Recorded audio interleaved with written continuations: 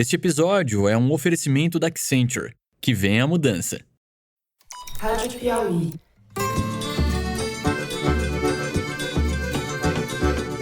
Olá, sejam muito bem-vindos ao Foro de Teresina, o podcast de política da revista Piauí. Agora eu tenho certeza que o ladrão não sobe a rampa. Por nós estamos aqui lutando por você. Brasil acima de tudo, Deus acima de todos. Estamos juntos. Eu, Fernando de Barros e Silva, na minha casa em São Paulo. Tenho o prazer de conversar com os meus amigos José Roberto de Toledo. Opa, Toledo! Opa, Fernando! Opa, Thaís! Na hora que eu vi a porta, eu só me joguei no chão e corri. Foi o que eu consegui fazer na hora. E meus colegas ficaram sem ação, porque ele atirou muito tiro. Thaís Bilenque, salve, Thaís, também em São Paulo. Salve, Brasil! Seria muito ruim se chegássemos em janeiro com a necessidade de reduzir o valor do Auxílio Brasil ou do Bolsa Família para as famílias brasileiras. Muito bem, tem muito assunto, vamos direto para eles. Os comandantes das Forças Armadas decidiram deixar os cargos ainda este mês, antes de Lula tomar posse. A atitude inusitada e sem precedentes desde que o país se redemocratizou cria, no mínimo, um embaraço na transição e leva mais água para o moinho do golpismo. A equipe de Lula entendeu o gesto como um sinal inequívoco de insubordinação. Este é mais um ingrediente na situação delicada que o novo governo vai ter pela frente ao lidar com os militares, em boa medida cooptados pelo bolsonarismo. Nessa semana tivemos um exemplo disso revelado pela Folha de São Paulo. Um sargento da Marinha, lotado no Gabinete de Segurança Institucional, que funciona dentro do Palácio do Planalto, nada menos do que isso, participou de manifestações golpistas em frente a um quartel e afirmou, entre outras coisas, que se as Forças Armadas não fizerem nada para impedir a posse de Lula, nós vamos fazer. Em Brasília, essa semana, Lula acelera a transição na área da defesa a fim de não perder o controle da situação. Embora ainda não tenha sido anunciado, o novo titular da defesa será quase com certeza o ex-ministro do Tribunal de Contas da União, José Múcio Monteiro, velho político do campo conservador, tido como figura hábil e moderada. É um civil, pelo menos, o que já faz toda a diferença. No primeiro bloco do programa, nós vamos falar um pouco sobre ele, sobre o golpismo entre os fardados e sobre o que podemos esperar da relação entre o governo petista e os militares. No segundo bloco, a gente fala dos episódios de um tipo especialmente terrível de violência, que não era tão comum por aqui e que de uns tempos para cá foi incorporado à paisagem brasileira. O caso mais chocante disso que estou falando aconteceu em Aracruz, no Espírito Santo, onde o filho de um policial militar, usando as armas do pai e vestindo no braço uma suástica nazista, invadiu 2 escolas e saiu atirando. 4 pessoas morreram, algumas seguem hospitalizadas. Outros episódios, não tão extremos como esse, mas ainda assim bastante preocupantes, compõem um quadro sinistro no país. No começo da semana, um grupo de bolsonaristas invadiu a Câmara Municipal de Sinop, no Mato Grosso, para xingar e intimidar uma vereadora do PT. Tudo com base numa fake news, segundo a qual essa vereadora iria apresentar um projeto de lei para acabar com os acampamentos golpistas que se instalaram na cidade. Enfim, a delinquência de fundo bolsonarista, ao que tudo indica, vai continuar viva entre nós por um bom tempo. O que isso significa, a Thaís e o Toledo vão nos explicar. Por fim, no terceiro bloco, a gente volta a falar da transição, dessa vez para discutir os contornos que o novo governo vai tomando e como deve ficar o Ministério de Lula. O presidente eleito passou a semana em Brasília para tentar desembolar a negociação da chamada PEC da transição, que abre um espaço de quase 200 bilhões fora do teto de gastos. Enquanto isso, Fernando Haddad conversa com banqueiros e figuras do mercado para criar um clima favorável em torno de sua provável nomeação para a Fazenda. Outros ministeriáveis começam a aparecer com mais força nas diferentes áreas de governo. Vamos falar disso tudo e, se der ainda, das políticas públicas que já estão sendo anunciadas até aqui pelo governo que assume em janeiro. Ou seja, o ano está acabando, mas o programa hoje vai longe. É isso, vem com a gente.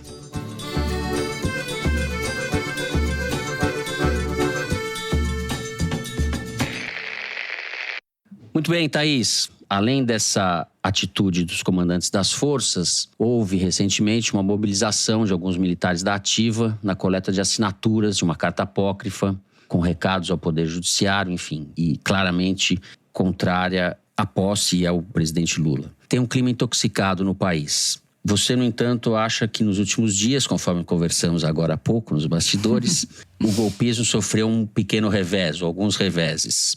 É verdade, Fernando, que tem militar da ativa que de manhã vai dar expediente no Palácio do Planalto e de tarde vai para frente do quartel pedir intervenção militar. E é verdade que tem gente na cúpula das Forças Armadas insuflando o golpismo nas bases. Mas também é verdade que o bolsonarismo golpista sofreu boas avarias nos últimos dias. Primeiro, o recolhimento do Bolsonaro. No entorno dele tem gente impaciente que esperava que ele usasse os 58 milhões de votos que ele obteve para se firmar como líder da extrema-direita. Mas esse silêncio do Bolsonaro começou a esgotar, pelo menos agora, nessa fase, até a ambiguidade com que ele sempre conduziu o seu golpismo. Outra varia foi o flagra do Eduardo Bolsonaro no Catar, curtindo a Copa do Mundo, enquanto o povo toma chuva na estrada. A cena ridicularizou a família Bolsonaro, até o Carluxo foi reclamar na rede social. Teve ainda o jantar que o Valdemar Costa Neto organizou para o PL todo na terça-feira, ao qual o Bolsonaro compareceu. E o evento produziu tão pouca notícia que a que mais repercutiu foi o bate-boca entre o presidente e a deputada Carla Zambelli. O que revela a incapacidade que o Bolsonaro tem tido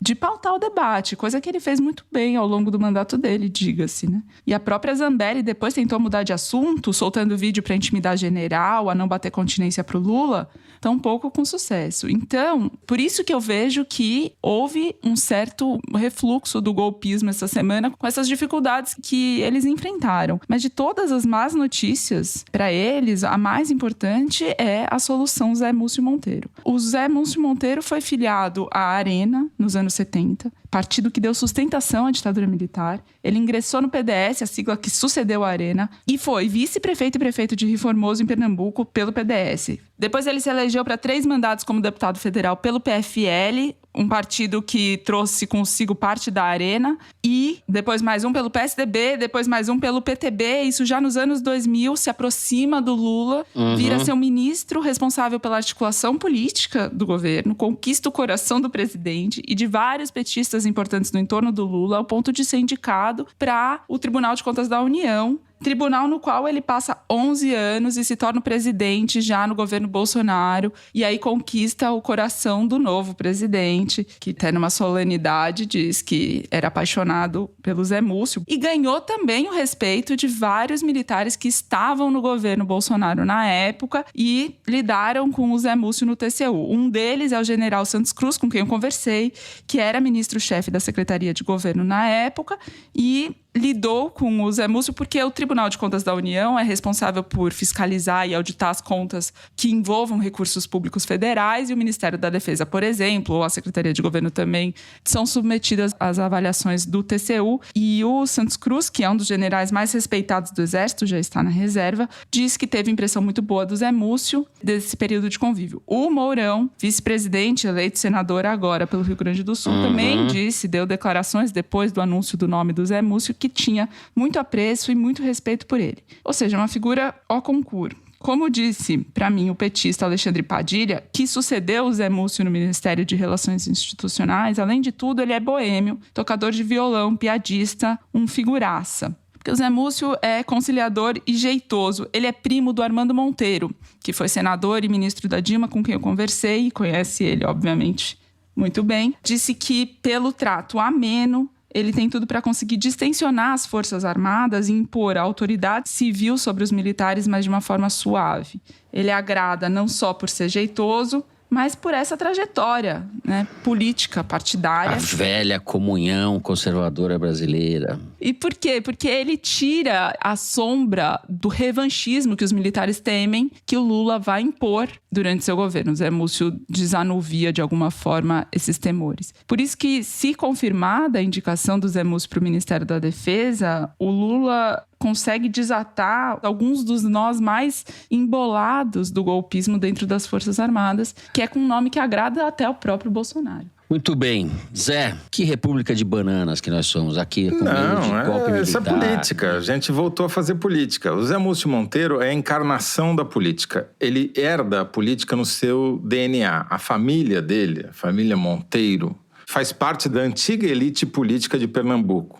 Ele é parente do Agamenon Magalhães, que foi governador de Pernambuco na época do Getúlio, foi ministro do Getúlio. Ele foi lançado na política pelo Roberto Magalhães, que é outro ex-governador, que também é parente, como ele é parente do Armando Monteiro, como Thaís já mencionou, ou seja, ele é a expressão da velha política. E só que ele é a expressão simpática da velha política. Ele é tão simpático que quando ele se elegeu deputado federal pela primeira vez, na eleição de 1990, ele assumiu junto com outro cara que estava se elegendo pela primeira vez, chamado Jair Bolsonaro. E o Bolsonaro era a antipolítica. E os dois ficaram amigos desde essa época, desde 1991, quando eles assumiram pela primeira vez. E, de alguma maneira, o Bolsonaro, que sempre foi um patinho feio no Congresso, sempre foi relegado. Se você pega as votações dele, ele está sempre na contramão. O Zé Múcio é o cara que tentava integrar o Bolsonaro na velha política, entendeu? Então, o Bolsonaro tem essa paixão declarada pelo Zé Múcio porque ele realmente trazia o Bolsonaro para o clube. Pra você ter uma ideia, Zé Múcio é o cara que foi o relator das pedaladas fiscais contra Dilma Rousseff no TCU e, mesmo assim, vai ser nomeado ministro pelo Lula. Não é pouca coisa. Ele é o cara que era do PTB do Roberto Jefferson, que implodiu a base política do governo Lula, causou a demissão do núcleo de poder do primeiro mandato do Lula, do Zé Dirceu e Companhia Limitada, e virou ministro para fazer o que o Zé Dirceu fazia, articulação política dentro do palácio. Não é pouca coisa. Realmente o Zé Múcio é uma figura especial e é fonte de todos os jornalistas de Brasília. Então você nunca vai ler uma notícia contra o Zé Múcio. Então, ele tem esse poder que faltou ao bolsonarismo, né, de agregar. Então, eu concordo com a Thaís que a nomeação dele, se efetivada, porque ainda tem resistências, né? Tem uma ala do petismo que preferia ver o Nelson Jobim no cargo, que já foi ministro da Defesa, tem um bom trânsito entre os militares. O Nelson Jobim virou banqueiro, o cara é sócio do BTG. Então, assim, acho muito difícil o Jobim emplacar e acho que o Zé Múcio tem todas as qualidades, por essas razões que a Thaís e eu explicamos, de virar ministro e diminuir a temperatura dentro da caserna. Agora, surpreendentemente hoje, eu só estou concordando com a Thaís. Não deu certo o programa. Sempre, não? Não, é que eu tento sempre, sem sucesso, Vou eu discordar de vocês dois. Pra ter isso, você vai discordar da gente hoje, Fernanda. Vou discordar de vocês. Eu sempre concordo com todo mundo. A Thaís é o Zé Múcio Monteiro de saia. Exatamente. Eu sou a Zé Múcio da bancada. Não caiam nessa, ouvintes. Não caiam nessa. Eu concordo com a Thaís no ponto fundamental. O Bolsonaro calado não é um poeta. Ele é um alvo. E isso ficou muito claro essa semana. Todo mundo no bolsonarismo está preocupado com essa aparente depressão do Bolsonaro, mas principalmente com o silêncio dele. Por quê? O efeito prático do silêncio foi que, durante o período Bolsonaro calado, ele perdeu o protagonismo digital para o Lula, coisa que nunca tinha acontecido, em raros momentos durante a campanha eleitoral. Ou seja, ele calado não consegue aglutinar a sua base digital. Só foi recuperar na semana passada, segundo o levantamento da Arquimedes aqui pra gente, quando os bolsonaristas começaram a radicalizar o discurso golpista. E isso gerou dois movimentos. Valdemar Costa Neto e Mourão, por exemplo, ficaram empurrando o Bolsonaro para ele falar com seus seguidores. Naquele evento lá no Rio de Janeiro, na Academia Militar das Agulhas Negras, de formatura, o Mourão foi incentivar o Bolsonaro a falar com os manifestantes que estavam ali para apoiá-lo, né? E depois o Valdemar, na entrada do jantar lá do Dom Francisco, lá no restaurante de Brasília, com a bancada do PL, também ficou incentivando o Bolsonaro a falar com as pessoas. Porque eles sabem que o Bolsonaro calado vira um alvo de gente que quer disputar o espaço que ele está deixando. Não existe vácuo em política, a frase é um chavão, mas é verdade. Se o Bolsonaro não assume esse papel, outros vão tentar, e já estão tentando. Em alguns casos, por oportunismo. Exemplo, Malafaia. Malafaia gravou um vídeo essa semana que fez muito sucesso, explicando por que os militares não poderiam, supostamente, né, explicando, por que os militares não poderiam, por iniciativa própria, tomar o poder e intervir, porque precisavam ser convocados pelo presidente da República. Ou seja, ele diz, nas entrelinhas, o Bolsonaro, que é o presidente, está se omitindo de convocar os militares a intervirem e impedirem a posse do Lula. E ele cresceu em influência digital com esse discurso. Já a Zambelli está em baixa junto à família Bolsonaro porque eles atribuem a ela a derrota na eleição, por causa daquela cena dela perseguindo um eleitor negro do Lula nos jardins com arma em punho, né?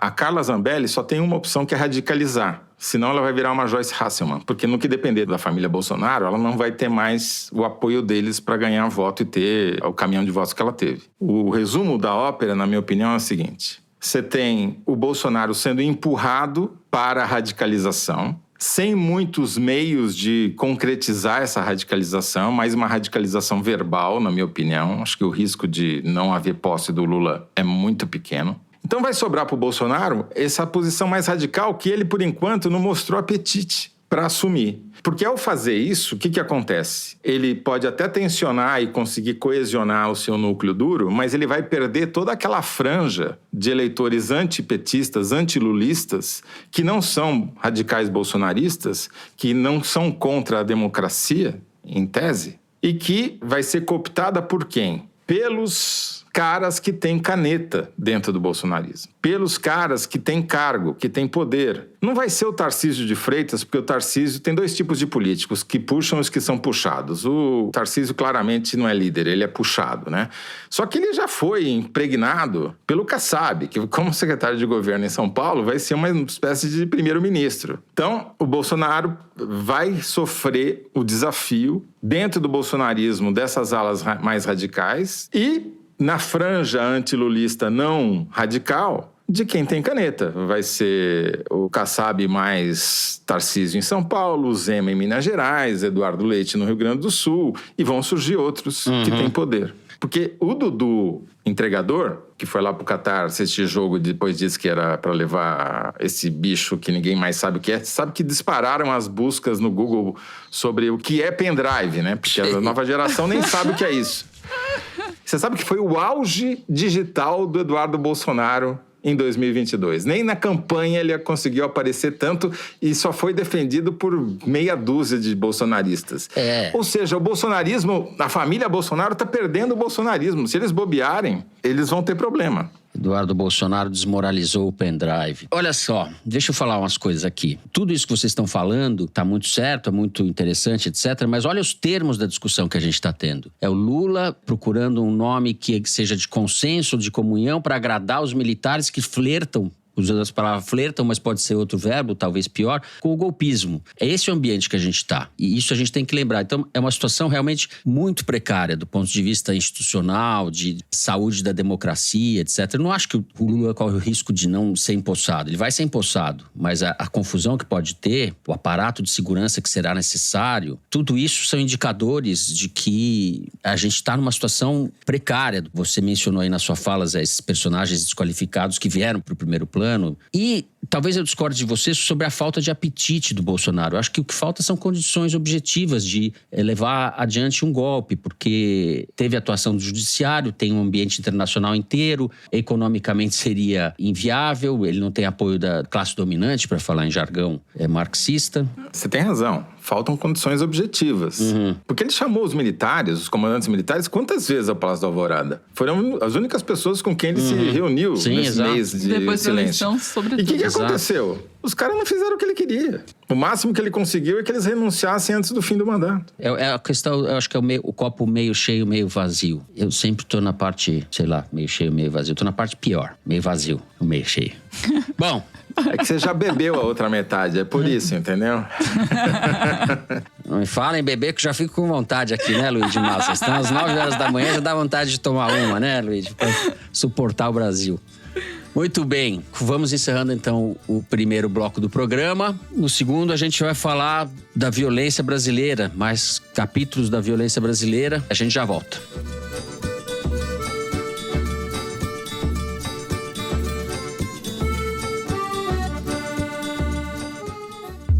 Tem coisa mais chata que ficar sem internet bem no dia de home office?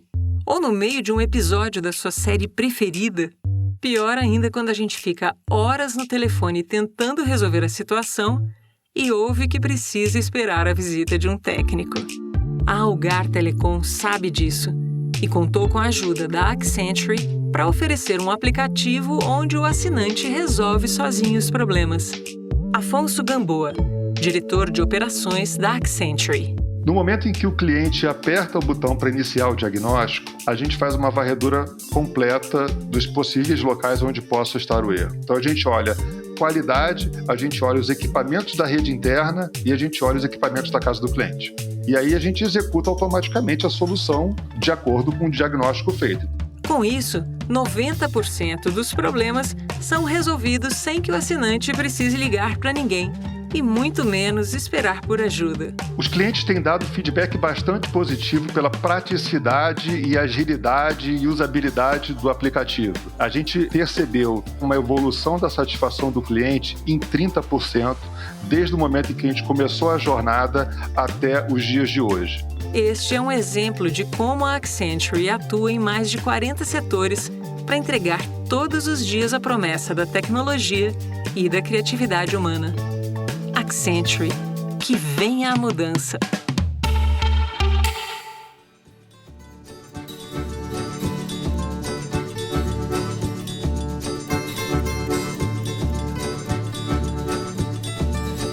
Toledo, esse episódio trágico de Aracruz, no Espírito Santo, me faz lembrar uma definição do historiador Luiz Felipe de Alencastro, que em determinada ocasião falou da americanalhação do Brasil. Americanização canalha, sugerindo que a gente importa só os piores aspectos daquela sociedade e não consegue copiar as virtudes. O fato é que a gente está diante de uma realidade diferente, né?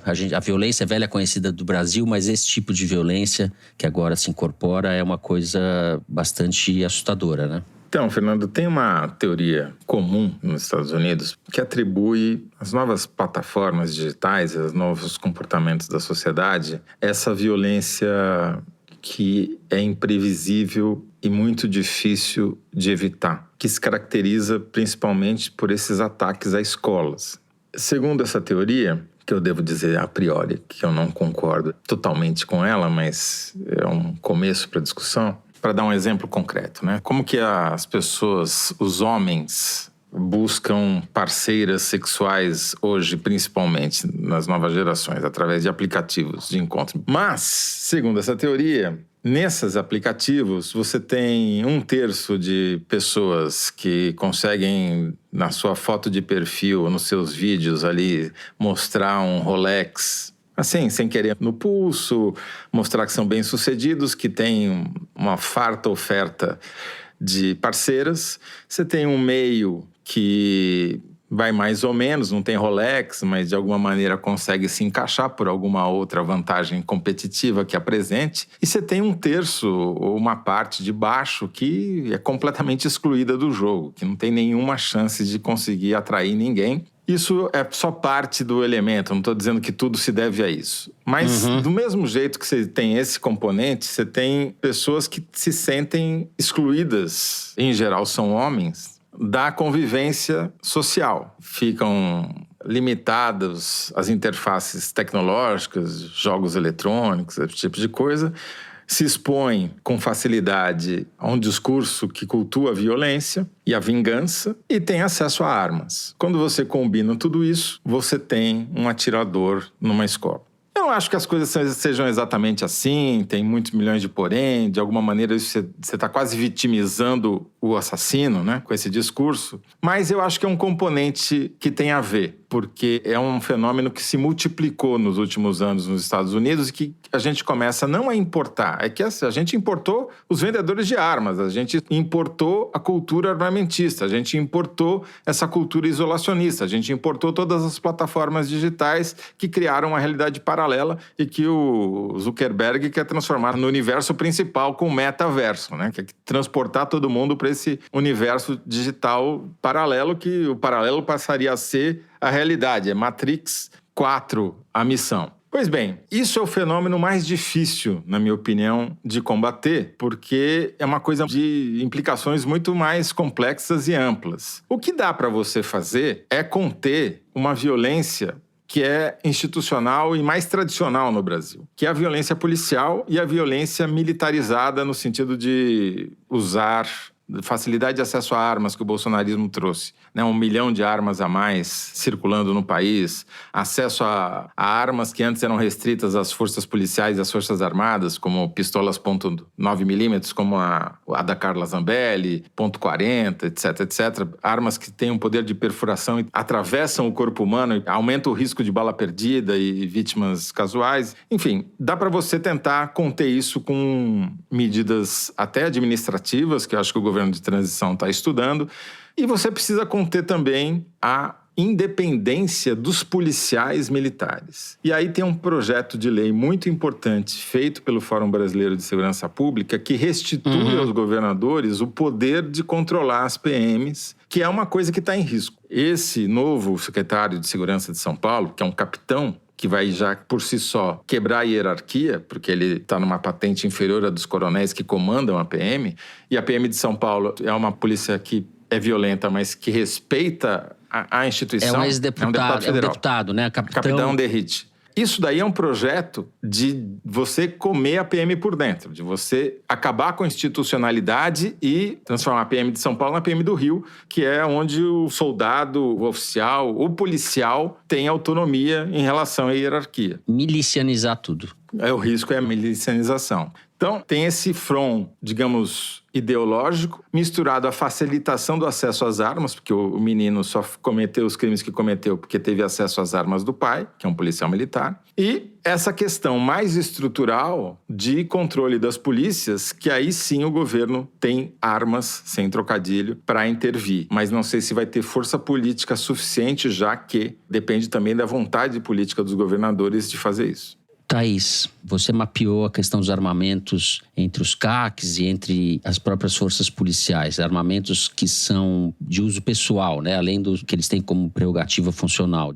Fernando, assim, os números sobre armas no governo Bolsonaro são muito aterradores. Só entre policiais militares, bombeiros militares, agentes da ABIN, do GSI, do Exército, da Marinha e Aeronáutica, que possuem armas pessoais, não as que usam em serviço, somam 825 mil. Segundo o Ivan Marques, o especialista do Fórum Brasileiro de Segurança Pública com quem eu conversei. Então, o caso desse policial militar que tinha arma em casa, ao alcance do filho que foi em Aracruz e atirou nas pessoas, é um caso que se repete em outras 825 mil famílias no país. Isso, obviamente, foi estudado pela equipe de transição coordenada pelo Flávio Dino, de Justiça e Segurança Pública. O Marco Aurélio de Carvalho, o advogado do Grupo Prerrogativas, é quem está liderando esse esforço, em particular, de mapear o liberou geral das armas no governo Bolsonaro e que vai propor ao Lula formalmente, mas já propõe um recenseamento das armas no país, porque o que aconteceu foi uma perda total de controle. Segundo Marco Aurélio de Carvalho, antes do governo Bolsonaro, tinha no Brasil 237 mil CACs, que são os colecionadores, atiradores e caçadores. Hoje são 687 mil pessoas. Antes você tinha 1.800 lojas de arma, hoje você tem 3 mil. Antes você tinha 1.000 clubes de tiro, hoje mais de 2.000 clubes de tiro. Desses 687 mil CACs registrados, só 2,7% foram verificados, quer dizer, sofreram algum tipo de fiscalização. Nem 3% de pessoas fiscalizadas registram por mês 112 armas extraviadas. Mas como não há fiscalização praticamente, porque 3% não é nada desse universo, o número de armas extraviadas que não se sabe para onde vão é infinitamente maior. O que o Marco Aurélio diz é que no primeiro ano de governo, todos esses decretos e portarias baixadas pelo Bolsonaro serão rediscutidas. Quem perdeu o direito de possuir arma com a revogação de decretos será estimulado a devolver, primeiro voluntariamente, com algum tipo de incentivo financeiro. Depois, vai ter também um programa de recompra de armas pelo governo federal. E no limite, se a pessoa perdeu o direito de portar arma ou possuir uma arma por causa de uma revogação de decreto, você dá um prazo, se ela não devolver, você faz busca e apreensão e põe a polícia para obrigar a pessoa a devolver a arma. Isso, obviamente, que vai fazer muito barulho, vai precisar de muita energia política. O Lula, segundo Marco Aurélio de Carvalho, vai ouvir até os CACs. O Lula tem um empenho pessoal nisso, inclusive me contaram que o envolvimento dele e a indignação dele com esse cenário é tamanha que numa reunião da transição em São Paulo com a equipe de segurança, ele disse que ia acabar com isso, que no governo dele ninguém mais ia ter arma, e o Mercadante, um de seus principais assessores, disse: calma, até o estatuto permite, pode ter arma. Coordenador do programa de governo, né, o Mercadante. Pode ter arma desde que seja de uma forma regulada. Quer dizer, o Lula estava mais exaltado do que até os assessores Eu dele. entendo essa aflição do Lula, porque esses números que você está falando corroboram esses episódios que a gente está vendo. Aquela frase do Bolsonaro na reunião que vazou, que foi gravada, né? O quero escancarar a questão do armamento no Brasil. É uma vitória dele isso. É uma vitória. O Brasil hoje em dia é um país completamente degradado. Tem uma violência latente e que explode aqui e ali toda hora, que é uma coisa quase incontrolável. A gente vai começar a ver esse tipo de episódio com mais frequência, se algo não for feito.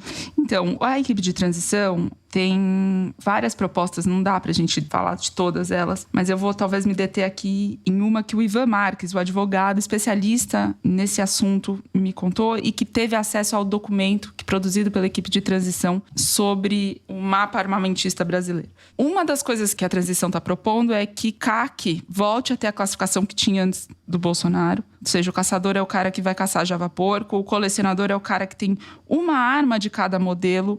E se ela é de uso restrito, ela tem que ter mais de 70 anos e não precisa de munição. E o atirador vai voltar a ser um atleta, considerado atleta, com níveis. E aquele atleta mais profissionalizado, que hoje, por causa de decretos do Bolsonaro, pode ter 60 armas, das quais 30 fuzis, vai voltar a poder ter 16 armas, das quais 8 fuzis. E para o Ivan Marques, uma das grandes medidas que a equipe de transição está propondo, talvez a mais simbólica delas, é a proibição total de fuzil semiautomático, que é o grande símbolo para ele do governo Bolsonaro, da era Bolsonaro. O fuzil semiautomático é aquele que você aperta o gatilho e sai munição sem precisar engatilhar a arma de novo. Às vezes 40 munições de uma vez. Então, é usado em guerra e é usado também em enfrentamento de facção contra facção, facção contra a polícia, que a bala percorre... É aquele que encontraram na casa vizinha do Bolsonaro. A equipe de transição quer proibir qualquer arma semiautomática. E o buraco é tamanho que o Brasil, antes, só importava arma semiautomática, passou a ter, desde 2019, 2 fábricas de armas semiautomáticas. O fuzil da Taurus, por exemplo, que antes, para adquirir pelo tráfico internacional de armas, segundo o Ivan Marques, custava até R$60 mil. Agora você compra no Brasil por 15, 18 mil reais. Com a garantia de que, se você for enquadrado pela lei, você não vai ser enquadrado por tráfico internacional de armas. Você vai ser enquadrado, no máximo, por falsidade ideológica, porque tem muita gente usando um CPF para comprar os 30 fuzis, as 5 mil munições que pode por arma, e aí vai repassando isso. Então, no máximo, você é enquadrado como laranja. Esse é o problema. Bolsonaro criou um negócio multimilionário de armas e munições no Brasil. Esses números que a Thaís trouxe, duplicando o número de clube de tiro, imagina, quem são os donos do clube de tiro? Quem vocês acham que são? Né? São ex-policiais? Ou policiais da ativa? Ou pessoas de alguma maneira ligadas ao ramo de armas? Claro, né? Tem um dado aqui que é inacreditável. A pistola da Carla 9mm era uma arma de circulação muito restrita no Brasil. Tem uma reportagem aqui do UOL, foi feita logo depois do episódio da Carla Zambelli lá nos Jardins, mostrando o seguinte: durante o governo Dilma, a média diária de registro de munição 9mm eram 6. No governo Bolsonaro passou a 205 por dia. É uma loucura. É como se a gente tivesse entrado em guerra, entendeu? Então, acabar com esse negócio, que é multimilionário, vai gerar reação. Vai ser muito difícil. Depois que você solta o monstro, botar ele de volta no tubo, é impossível. É quase impossível. No meu governo, no meu despotismo esclarecido, confiscaria a arma desses caras e obrigaria eles a fazerem terapia. Terapia para lidar com as taras desses dementes. Mas o problema é quem vai confiscar. Você vai perder a arma quando você vai sentar toda semana na frente de uma terapeuta para tentar curar um pouco essa sua cabeça doente. É isso que tinha que fazer com esses caras. Psicanálise compulsória pra CAC. Compulsória, exato. Mas o problema é que quem vai implementar esse tipo de medida? Não tem quem implemente, porque quem vai implementar é parte do problema, não é parte da solução. Mas o que a equipe de transição está propondo basicamente é isso, é porta em porta, pegar quem tem registro de arma, tanto na polícia quanto no exército, bater na porta dos caras e falar: deixa eu ver aqui a sua arma. Se ela estiver lá, tem que fazer. Ela tá com o registro vencido, porque, por exemplo, tem 1,5 milhão de armas registradas pela Polícia Federal que já estão vencidas os registros. Além disso, não tá aqui? Onde tá? Não sei, me furtaram. E você não registrou um BO? Você vai ter ter que ser enquadrado também. O que a equipe de transição quer fazer é isso. Ao longo do primeiro ano de governo, tentar achar onde estão as armas, cadê seus donos, quem são eles, enfim, tentar fazer uma busca ativa por isso. Eu sou muito a favor de uma política pública bastante ampla e veemente a respeito desse assunto, para que a gente não veja mais episódios como esse de Aracruz se rotinizar no país. Infelizmente, eu acho que Aracruz é inevitável, porque o pai era policial. Não, mas a arma era para uso pessoal. Sim, mas vai conseguir convencer algum político a tirar de um policial uma arma pessoal?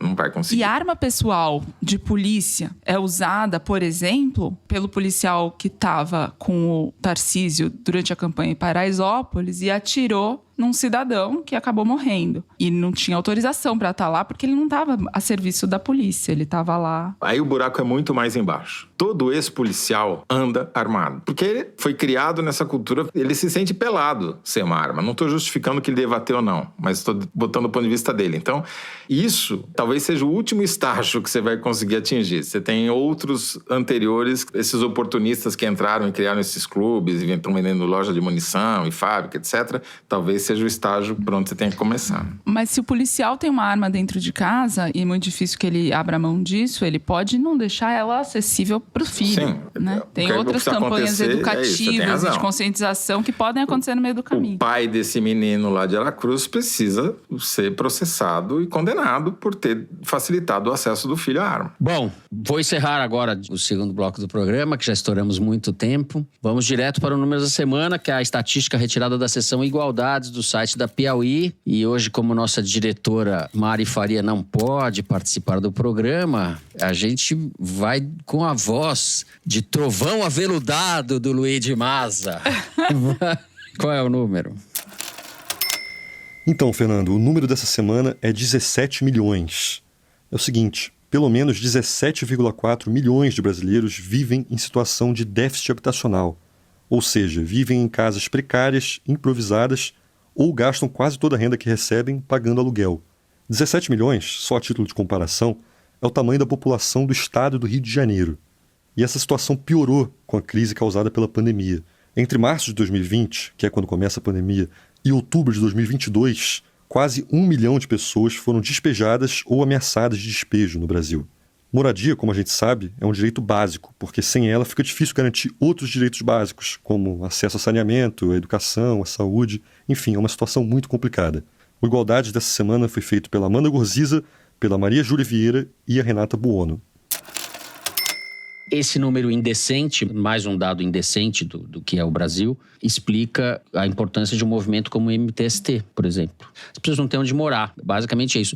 Imagine você, ouvinte, não tem casa. A partir de amanhã você não vai ter casa. Não tem banheiro, não tem fogão, não tem nada, não tem cama, enfim, não tem casa. 17 milhões de pessoas é um número estratosférico. E a gente viu essa realidade se agravar na pandemia de maneira dramática. Em São Paulo, aqui a 2 quadras da minha casa, tem uma fila de gente embaixo do minhocão, famílias, crianças. As pessoas moram na rua. Isso sem falar nas pessoas que estão nas bordas da cidade, que para chegar ao emprego, Sim. quando tem que ficar 2, 3 horas em condução e não tem casa para descansar à noite, para comer, para fazer qualquer outra coisa. É muito precário. E fora as pessoas que moram nas favelas, e vai começar a temporada de chuva agora, e a gente vai ver mais episódios de casa desabando, gente morrendo soterrada, etc. Vai acontecer, a gente sabe que vai acontecer, né?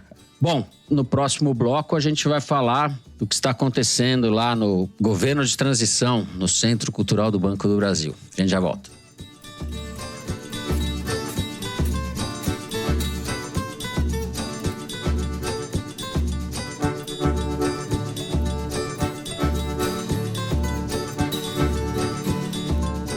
Muito bem, Thaís Bilenque, vou passar a bola direto para você, para que você enumere aqui os ministros do Lula, um a um. Todo mundo com lápis na mão. Podem anotar. Vou começar o anúncio formal. Brincadeiras à parte, Thaís. Tem muita coisa pra gente falar. Tem a relação das negociações do Lula com o Congresso, com o Lira especificamente, para acertar os termos da PEC da transição, além da formação do Ministério. Deixo com você. Porque o Lula chegou a Brasília, né, Fernanda, essa semana, depois de passar boa parte do tempo da transição fora. E tá num entra e sai de reuniões sem parar. No meio do caminho, o Estadão revelou que o Bolsonaro decidiu congelar repasses do orçamento secreto. de alguma forma travando as negociações que o próprio Lira, presidente da Câmara, estava fazendo para compor com o Lula uma base na Câmara e a aprovação da PEC da transição, a PEC do Bolsa Família, que garante o benefício por R$600 a partir do ano que vem.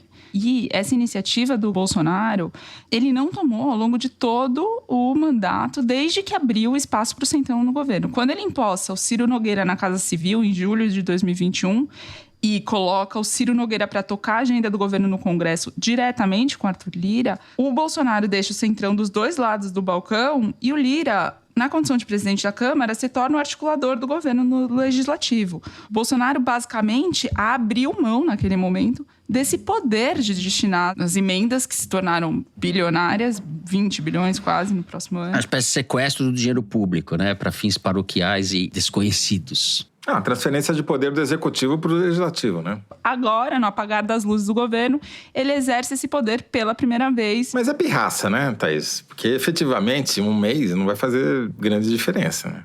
Ninguém está disposto a abrir mão dos 8 bilhões que ainda faltavam de distribuir, mas é isso também. Mês que vem, novo ano, novo governo. Quer dizer, ele não tem mais poder para efetivamente mudar o jogo. De qualquer forma, o Lira estava atento a isso e desde que telefonou para o Lula reconhecendo o resultado, imediatamente depois do segundo turno, ele também tentou sinalizar para o bolsonarismo e tal. Mas com a negociação da PEC do Bolsa Família, o processo se acelerou, se precipitou. O que aconteceria em tese só em 2023 aconteceu antes da posse, que foi a reorganização de forças no Congresso e na esplanada, e a chegada do Lula em Brasília agora deu impulso para esse movimento que o Lula está fazendo, que é tentar montar o quebra-cabeça do governo num jogo casado com a articulação da PEC e a montagem do ministério dele. Está na fase de arbitrar a disputa por espaço, os partidos pleiteiam muito mais cargos do que vão ter, efetivamente. Os dirigentes de cada partido disputam entre si quem vai indicar o quê e tal. É uma temporada engraçada até, porque você conversa com o presidente do partido e fala que não, imagina, a gente não pede ministério, nosso apoio é programático. E aí ele delega ele mesmo e leva 2 ou 3 a tiracolo e pedem objetivamente o que eles querem, o nome, a pasta. Eles já mapeiam quantos cargos tem no segundo escalão, no terceiro escalão, qual é o orçamento. É engraçado de ver, engraçado sim, quero dizer que é a política brasileira explícita funcionando, ele tá nesse momento. O MDB, por exemplo, quer 3 ministérios, porque considera que a Tebet não entraria na cota do partido, e sim numa cota pessoal, porque se empenhou na eleição do Lula no segundo turno. O PT fala não, são 2 pastas só pro MDB, a Tebet tá um deles. Aí tem uma disputa entre desenvolvimento social, a pasta que toca o Bolsa Família, que a Tebet quer ocupar, e o PT não quer deixar, porque acha que vai dar uma visibilidade para ela disputar a sucessão do Lula em 2026. A mesma coisa o PSB do Alckmin, pede 3 pastas, o PT quer dar 2. Aí o Márcio França faz todo um movimento, porque ele quer as cidades, mas o Boulos também quer. Então tem um quebra-cabeça aí que tem que ser montado com destreza pelo Lula, isso ele sabe fazer. Um dirigente próximo dele, com quem eu conversei, diz que o desenho mais ou menos é o seguinte: PSD do Kassab, 2 pastas, MDB, PSB também 2, União Brasil, que tem vários antipetistas, vários bolsonaristas abrigados, deve ter um ministério, segundo Você sabe por que 2 pro partido, né? É um pra Câmara e outro pro Senado.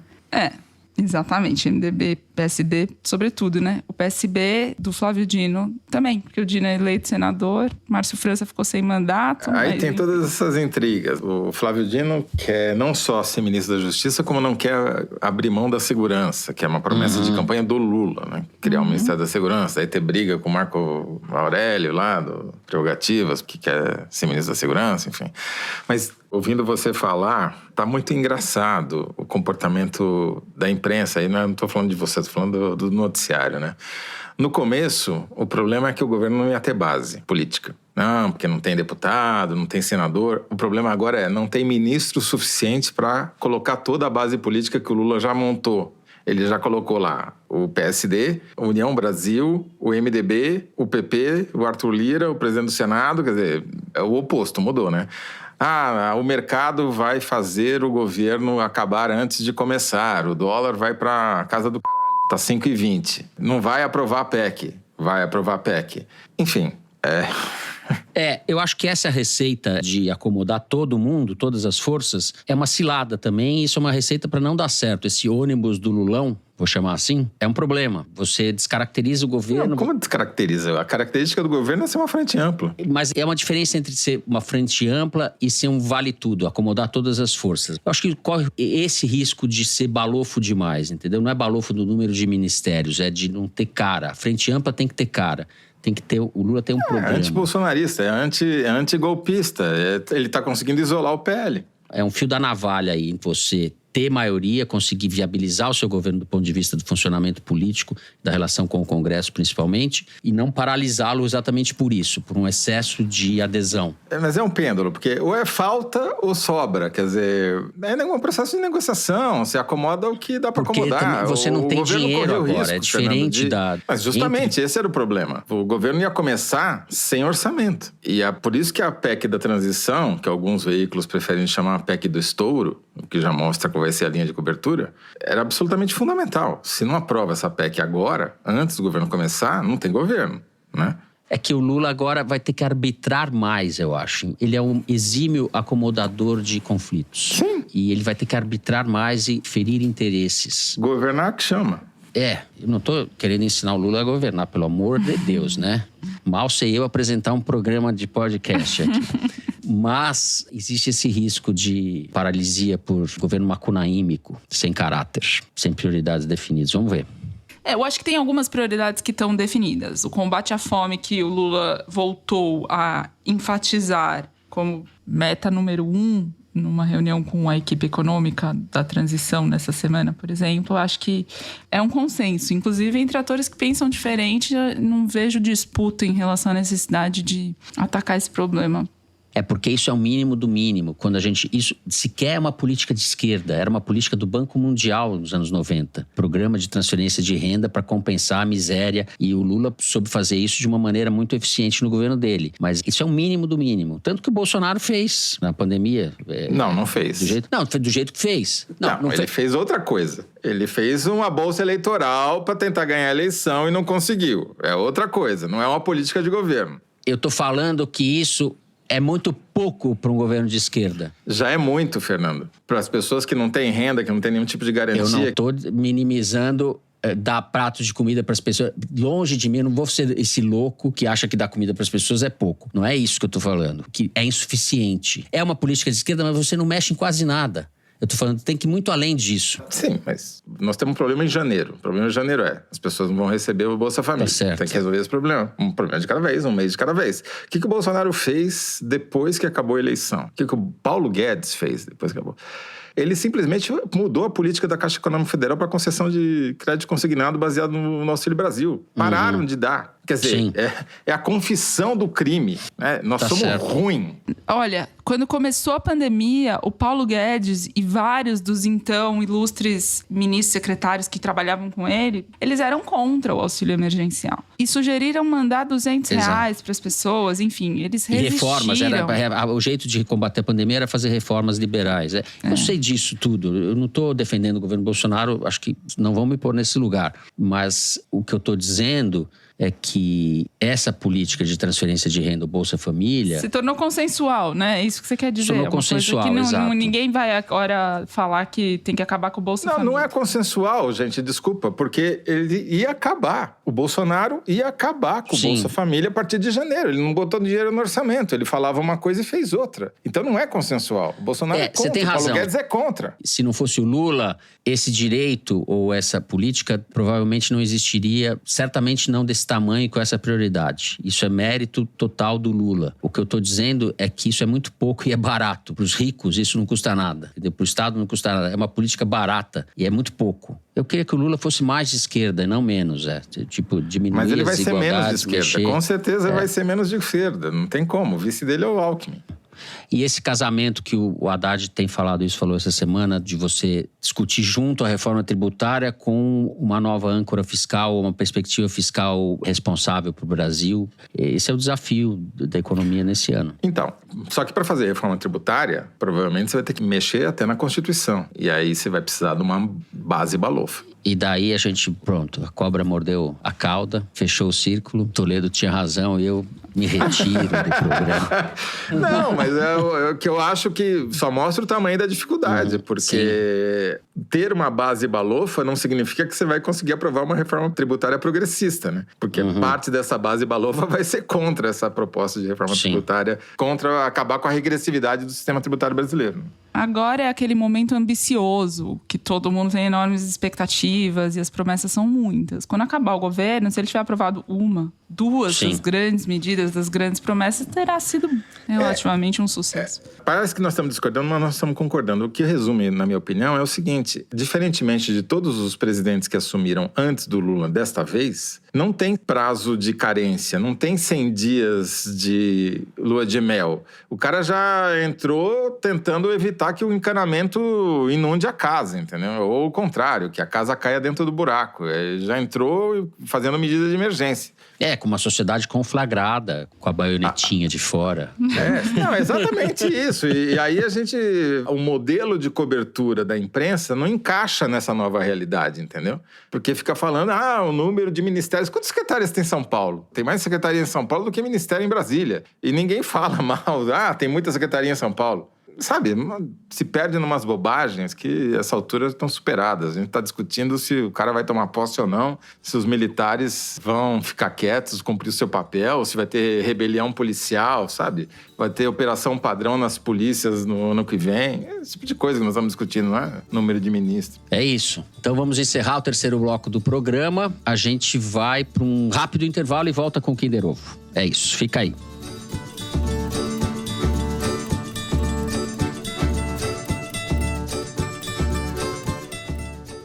A nova série do diretor dinamarquês Lars von Trier acaba de estrear na MUBI.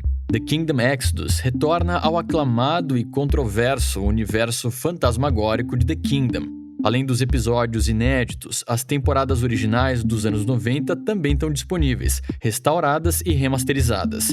Assista The Kingdom Exodus experimentando 30 dias de MUBI grátis. Basta acessar mubi.com/foro. mubi.com/foro.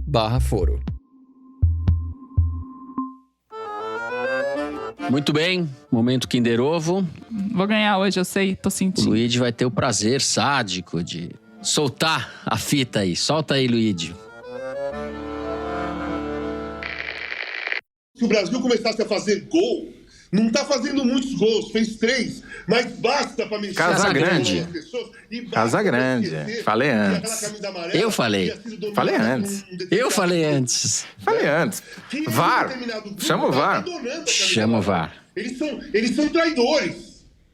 Esses caras que batem continência pra pneu, eles estão querendo negar a camisa amarela agora. O patriotismo deles vai até a página 2. Por isso que eu acreditava na camisa amarela, que ia ser resgatada. Não, assim, o mais legal, gente, que não precisou ser resgatada. Ela veio andando naturalmente. Ela se soltou daquela turma através do futebol. Casagrande, eu falei antes, o Zé falou antes. Ele é corintiano, quase tô dando pra ele esse... Casagrande, Walter Casagrande, com quem meu eu concordo colega, frequentemente nas opiniões políticas dele, mas não nas opiniões futebolísticas. Sendo ele um comentarista esportivo, é um problema, temos um problema. Mas por que você não concorda futebolisticamente com ele? Eu acho que ele tá falando muita bobagem sobre o Tite, sobre... enfim... E o VAR, que vai chamar agora, por falar, deixa o meu protesto. O VAR deveria ter acionado aquele pênalti no Cristiano Ronaldo na primeira rodada, que foi o pênalti mais mandrake da história das Copas. O cara nem tocou no Cristiano Ronaldo, foi dado o pênalti, uma vergonha. E o VAR não revisou esse lance. Então, como o VAR vai dar a vitória pra mim aqui no Casagrande, eu sou a favor do VAR, entendeu?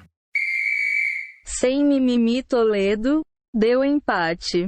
Então, só para deixar registrado aqui para os anais do programa, Walter Casagrande, durante uma live no UOL, no começo dessa semana. Muito bem. Depois desse Kinder Ovo que a Thaís ganhou, vamos para o Correio Elegante. E eu vou começar lendo uma mensagem que chegou da Clarissa. Só Clarissa? Sem sobrenome? Clarissa. Desde que o dia clareou em 31 de outubro, ando meio dessintonizada do mundo, terminando uma dissertação. Mantenho só o essencial para a vida humana, como a companhia de vocês nas manhãs de sábado, na feira. Este fim vai ser diferente porque estou com Covid. Assisti sozinho o primeiro jogo do Brasil na Copa. Ainda não tinha me reconciliado com as cores da nossa bandeira, mas foi um alívio quando vi que as cores da seleção estão neon em vez de amarelo Minion.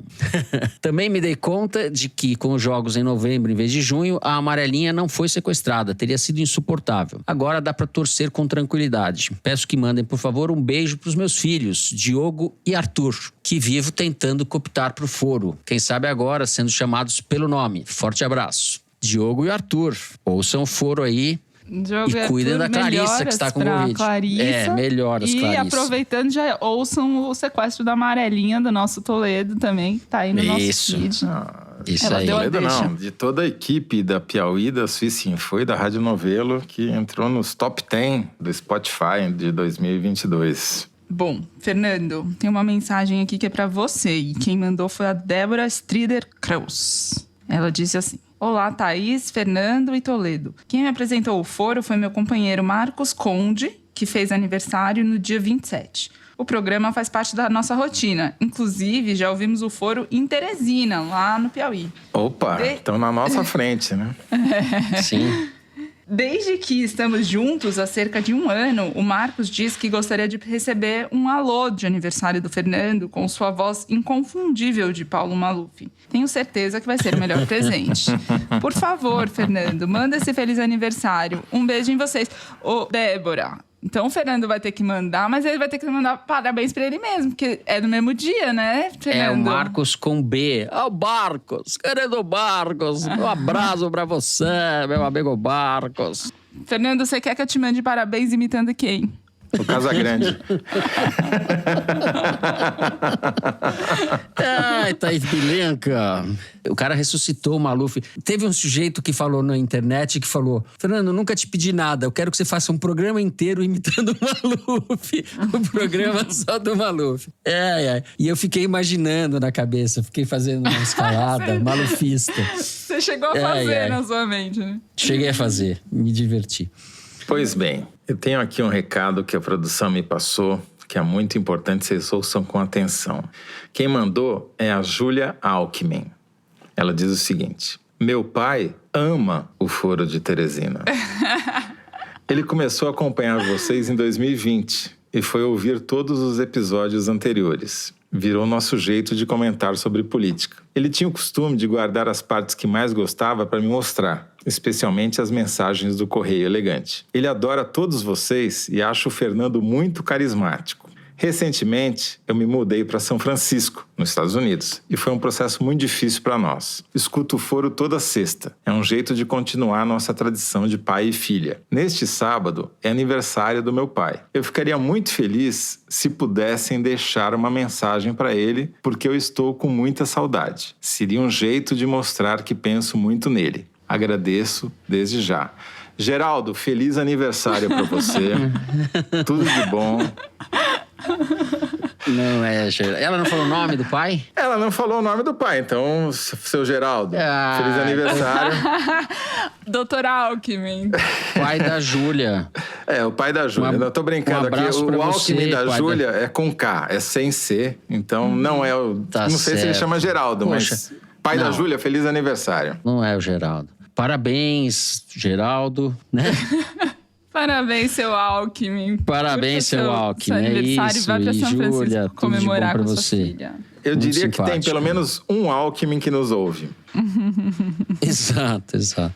Para terminar, eu queria mandar um abraço pro Francisco Bosco, em nome do programa, da Thaís e do Toledo também. Fez uma menção ao foro muito simpática há 2 programas atrás, no Papo de Segunda, da GNT, que eu vejo toda semana. Gosto muito. Abraço pro Francisco. Depois de mandar um abraço pro pai da Júlia, agora eu vou mandar um abraço pro filho do João. Filho do João, exato. Grande João Bosco. Você sabe que na minha adolescência, juventude, na faculdade, o meu passatempo predileto era imitar o João Bosco, né? Sem nenhum tá vendo? sucesso. Os talentos. Eu Vai. imito o Maluf, ele imita o João Bosco. Tá vendo? Vai. Porque uns fez sucesso e outros da guerra. Não, você Comendo imita balde bem de ababaçó. o Paulo Maluf. Eu imito muito mal o João Bosco. Manda, faz uma palhinha pra gente. Ele Não, vai impossível, tocar, impossível, ele vai no festival, impossível. ele vai tocar violão, vai tocar música do João Bosco. Vão sonhando. É isso. Muito bem. O programa de hoje fica por aqui. Não deixe de seguir e dar 5 stars pra gente no Spotify, seguir no Apple Podcast, na Amazon Music, favoritar no Deezer, se inscrever no Google Podcast, no Castbox ou no YouTube. Foro de Teresina é uma produção da Rádio Novelo para a revista Piauí, com a coordenação geral da Evelyn Argenta. A direção hoje foi do Luiz de Maza e a produção da Amanda Gorziza. O apoio de produção da Natália Silva, a edição da Evelyn Argenta e do Thiago Picado. A finalização e a mixagem são do Luiz Rodrigues e do João Jabassi, da Pipoca Sound. Jabassi, que também é o intérprete da nossa melodia tema, composta por Vânia Salles e Beto Boreno. A coordenação digital é da Fecris Vasconcelos e da Juliana Jäger. A checagem do programa é do João Felipe Carvalho e a ilustração no site do Fernando Carvalho. O foro foi gravado nas nossas casas e eu me despeço assim dos meus amigos José Roberto de Toledo, que vai cantar João Bosco. Não correm esse risco. Pouparei os tímpanos de vocês. E Thaís Bilen, que é amiga do Casagrande. Tchau, Thaís. Até mais. É isso, gente. Até a semana que vem. Boa semana a todos.